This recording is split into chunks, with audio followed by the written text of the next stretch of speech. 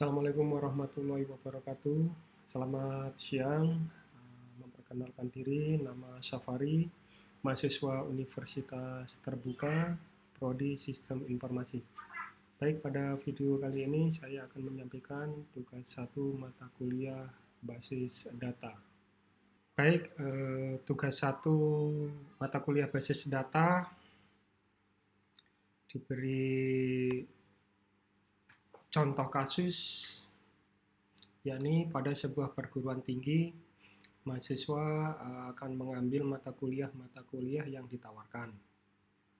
Setiap dapat mahasiswa minimal 1, namun dapat mengambil beberapa mata kuliah dalam 1 semester.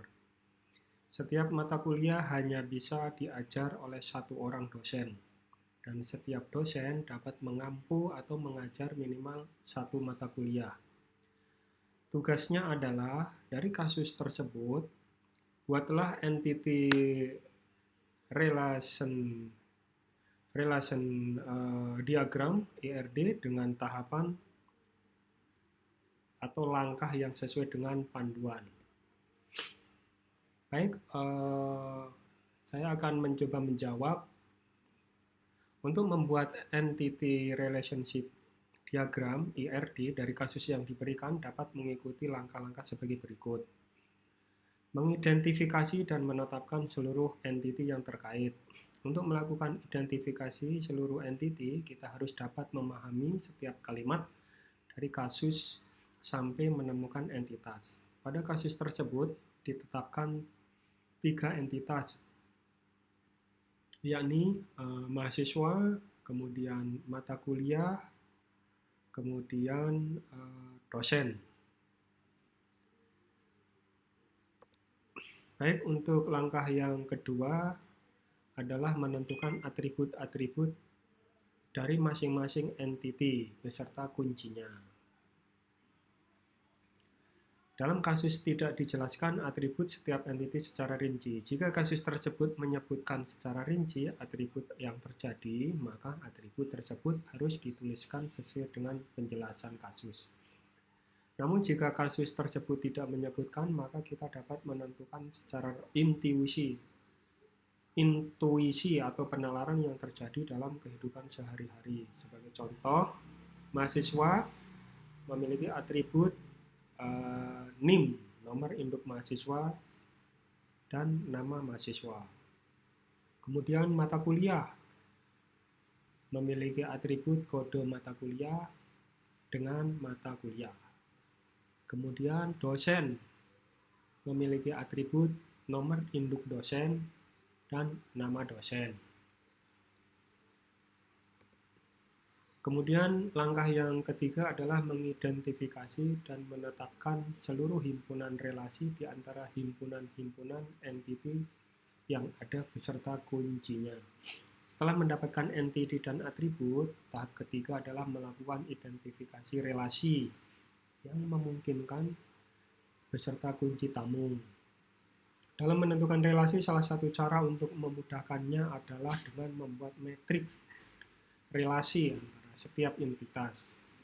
Sebagai contoh metrik relasi sebagai berikut. Ini saya sudah membuat gambar metrik. Cara membaca metrik relasi tersebut adalah bisa mulai dari kiri ke kanan. Sebagai contoh, mahasiswa dengan mata kuliah, maka mahasiswa meregistrasi. Kemudian dosen dengan mata kuliah, maka dosen hanya bisa mengajar. Kemudian tahap yang keempat